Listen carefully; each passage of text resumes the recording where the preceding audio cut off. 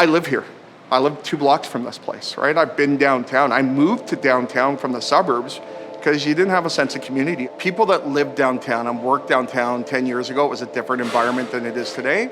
And we wanted to have a space that was going to be open and accessible to people where they could come in and have somebody who smiled at them, to have somebody who cared about them as a customer. When we had this idea, we did it like incredibly punk rock. Our old space, I think the first color was like avocado green. And the reason it was avocado green was because that was the paint that was on sale.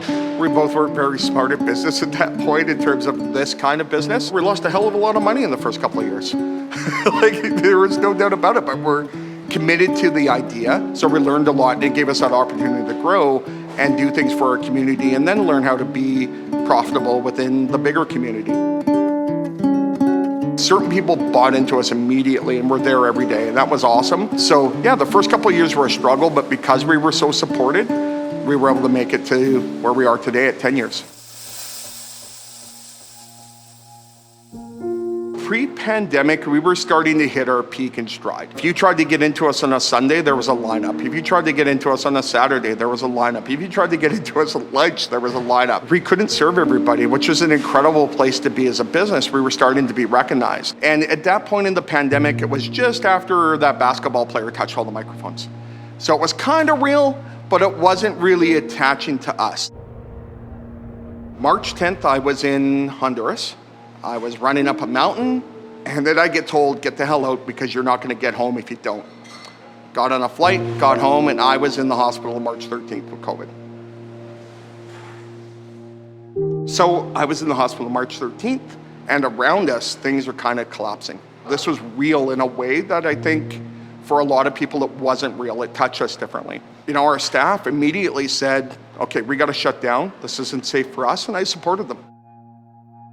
And I was sick for probably 2 weeks, locked in a room, and my head going, oh shit, everything's shut down. I'm gonna lose how do I pay my rent?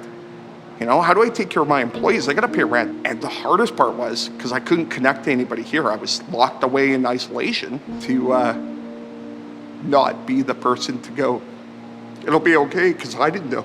I'm isolated, we're isolated, everything around us is shutting down. It's like, it's just coming at you. How do you do this? How do you deal with this? How do you go forward? And then things turned.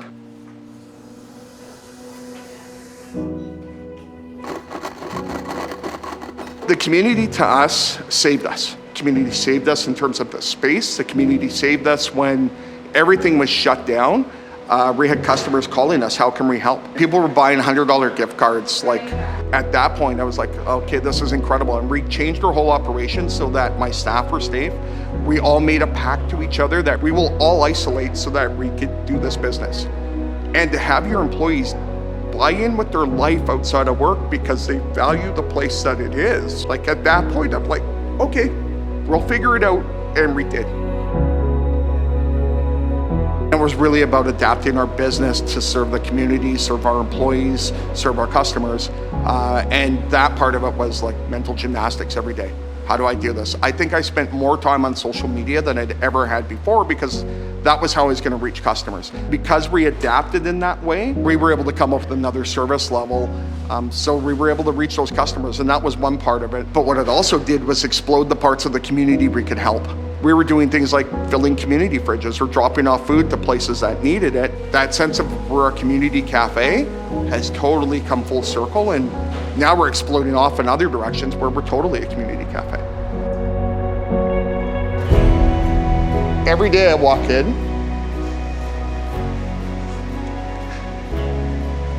one second. So one of the things is every day I walk into this place, I'm proud. I'm proud that we have a space for our employees. I'm proud that how we're connecting to the community. And even among the pandemic, when things have been shut down, our community from outside has been supporting us. And they're in a space that's totally accessible. We have great parking. We have a huge patio. It's been incredible from every step of it to now.